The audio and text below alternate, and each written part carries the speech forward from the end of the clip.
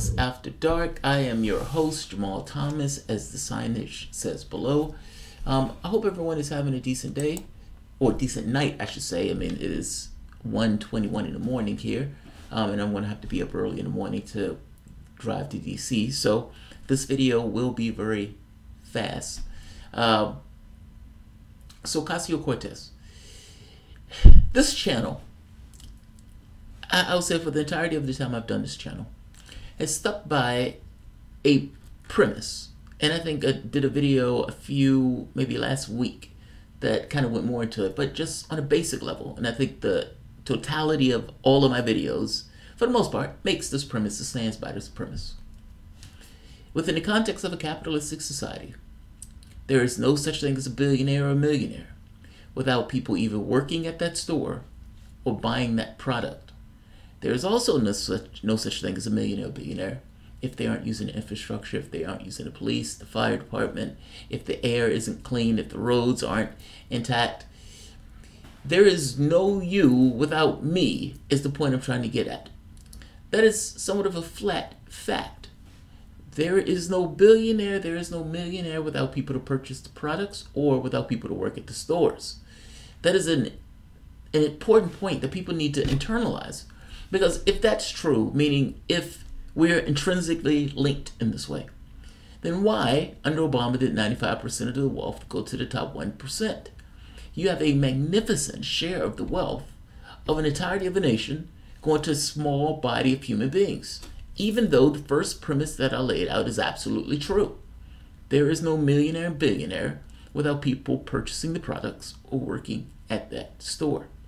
Meaning, looking at society from the standpoint of one individual doesn't really make that much sense.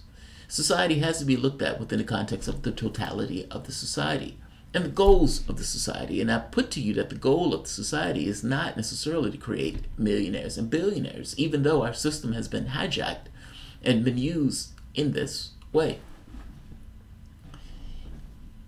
Basic question. If a billionaire can't exist without us, why are they getting the lion's share of the wealth in this way? That much wealth. How does that much wealth accrue to the top if that's true? It's a basic question. The society makes no sense in that context. It's like you have some people slumming it. You have all of these societal issues that are being driven by poverty, and you have a rabid government, both parties, that is not in tune with the will of the human beings within the society that wants the society to move decidedly to the left. Listen to what Ocasio-Cortez says here.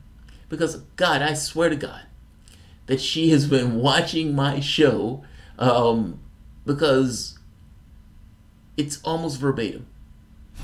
It is almost verbatim. And by the way, I've invited her on this show numerous occasions, and she's always never responded. This was at SXSW. I'm putting that in just to be on the safe side because I don't want to get dinged. But it's a small clip. It's only like a minute or so. So let's take a listen.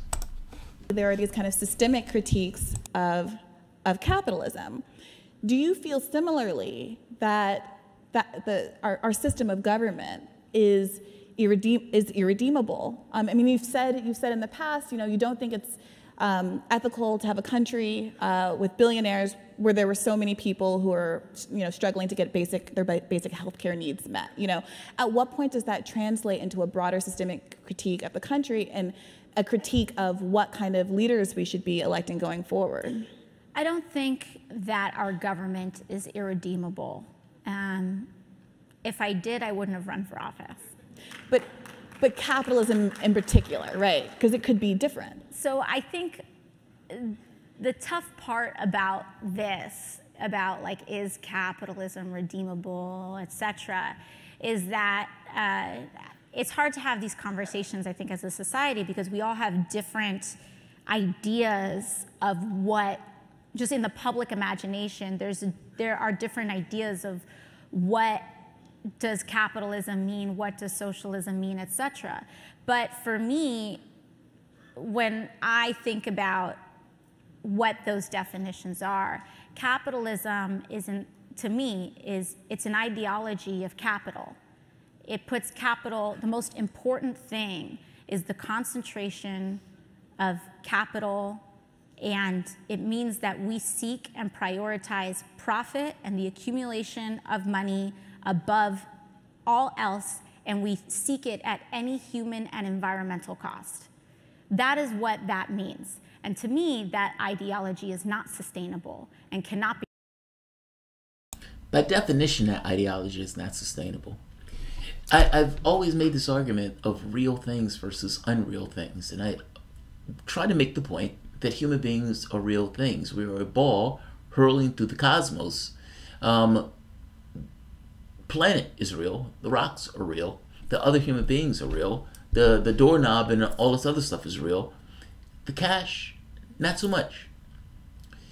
To worship a non-real thing is just as dangerous as worshiping a non-real thing from the context of a religion in a proper sense.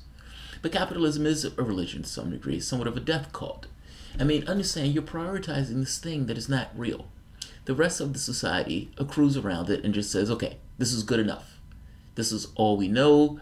Everything that we've known in the past was somewhat worse than this, so fair enough, we'll just go with it. As opposed to looking at the society and saying, how can we best make a society in the way that we want to make the society? What are the things that we prioritize in a society? What are the things important to us? Is profit and the maximization of wealth for a very small body of human beings really the thing that you want your society organized around? It's an unreal thing.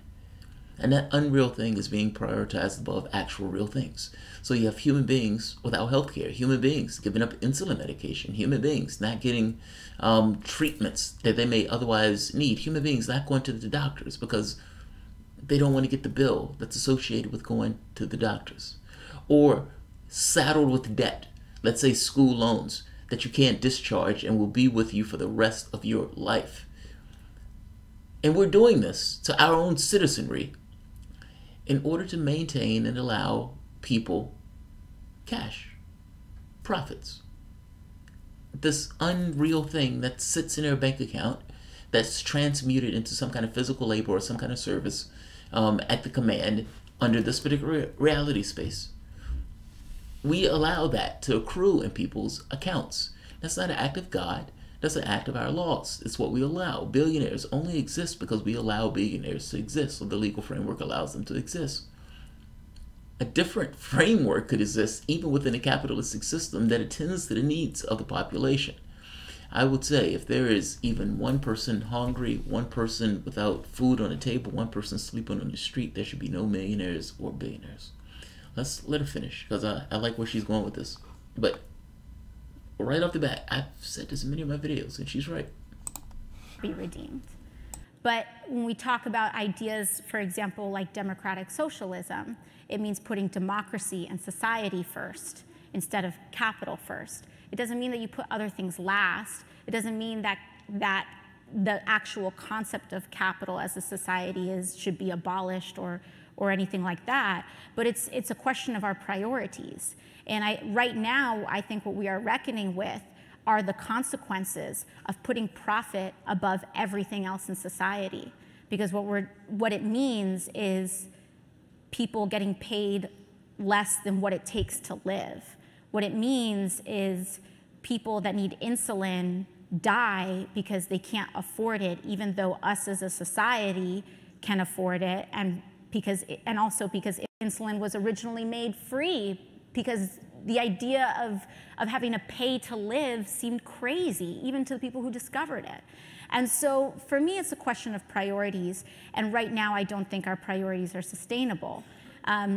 But there's also, again, in the public imagination, a lot of fear-mongering about what democratic socialism means, that it's like, that government's gonna take over the private sector. And in fact, in my opinion, those two things need to be separate. And what we're actually experiencing right now is the opposite. What we are experiencing is just as there's all of this fear-mongering that government is going to take over every corporation and government is going to take over every business or every form of production, we should be scared right now because corporations have taken over our government. And in my opinion, we should be wary of any entity in which both of those things are combined, whether it's through one way or the other. And that's why the emphasis in democratic socialism is on democracy. And it's not about, it's just as much a transformation about bringing democracy to the workplace so that we have a say and that we don't check all of our rights at the door every time we cross the threshold into our workplace. Because at the end of the day, as workers and as people of society, we're the ones creating wealth, not a corporate CEO. It's not a CEO that's actually creating $4 billion a year. It is the millions of workers in this country that's creating billions of dollars of economic productivity a year. And our system should reflect that. In this moment, I would have dropped to one knee and tried to marry this woman. They would have had to drag me out of that facility. And Mrs. Thomas would have been very pissed off at me. But, oh my God, this is effectively what I've been screaming into my camera for the past 2 years. And she's absolutely right. I mean, come on. Of course she's right. Like, think of all the things that get done. All of those things are manifestations of labor. When you're talking about the light fixtures, the making sure the street, when you're driving on the street, making sure your car was even built, making sure the coffee is on time or the coffee is hot, making sure the coffee beans get to you in the first place, making sure that hamburger gets from point A to point. All of those things, the entirety of the things that you see and you experience in your world are manifestations of labor. That is the essential ingredient in this mix.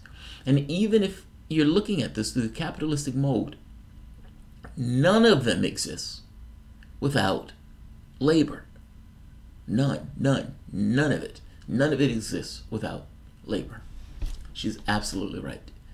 Why on earth would labor take this position? This requires somewhat of a change in perspective or a change in consciousness. From the time that you're born to the time that you've dropped dead, you're given the perspective of the world through the 1%'s eyes. I'm saying that perspective needs to change. That perspective needs to realize that ultimately what you see around you is a manifestation of you. That ultimately it is your labor that makes the society runs, you and your neighbors and your down the line. That's the essential ingredient. There's no reason why in a society in that way, that is supposedly a democratic society, that it wouldn't look at the society and try to make changes that are to the benefit of the majority of the people in the society. That makes all the sense in the world, especially since you are part of an essential ingredient. Again, even within the capitalistic system itself, you are an essential ingredient. There is no billionaire or millionaire without you. And if that is true, which of course that is absolutely true, why are you willing to settle for lack of services? Meaning, why are you willing to settle for less than Medicare for all? Why are you willing to settle for less than having your infrastructure changed and everything else? The society needs to be whatever it needs to be. Like in our case, we have a global warming issue. Well, if you're looking at profit as being the highest thing on the planet, that doesn't really make sense since your environment is the thing to which you live on. And if the habitable space goes away, you go away with it. It is absolutely and completely illogical to put profit as the highest thing when there are real things and real concerns that you have to deal with, the environment being one of them. She's absolutely right. And I'm not saying she's right just because I said it. I'm just saying she's right. Let's see what else. Maybe she has something else to say. So I think as controversial, as debated rather, as the definition of democratic socialism, I think is probably also the definition of identity politics. Okay, they're going in a different direction. But God, I love that answer. You have no idea how much I love that answer. You have no idea how much I love that answer.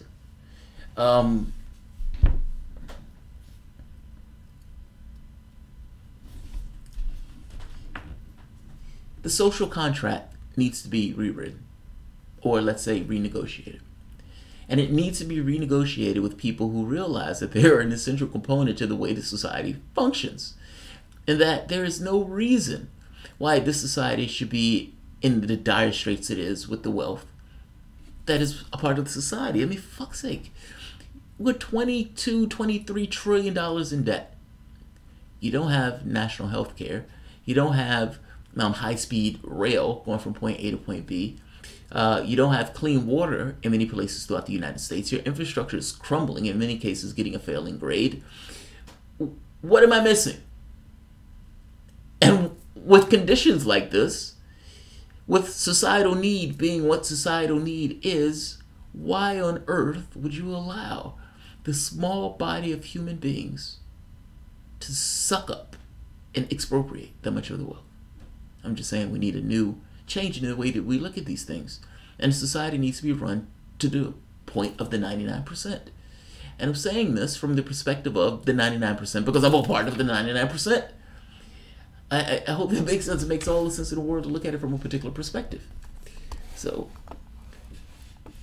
Trudy's here. What's happening, Trudy? All right, I'm going to end this. If you guys enjoy the content, please feel free to share, like, subscribe. You can always support the PayPal or Patreon. And I will be on Fault Lines in the morning, in a few hours, actually.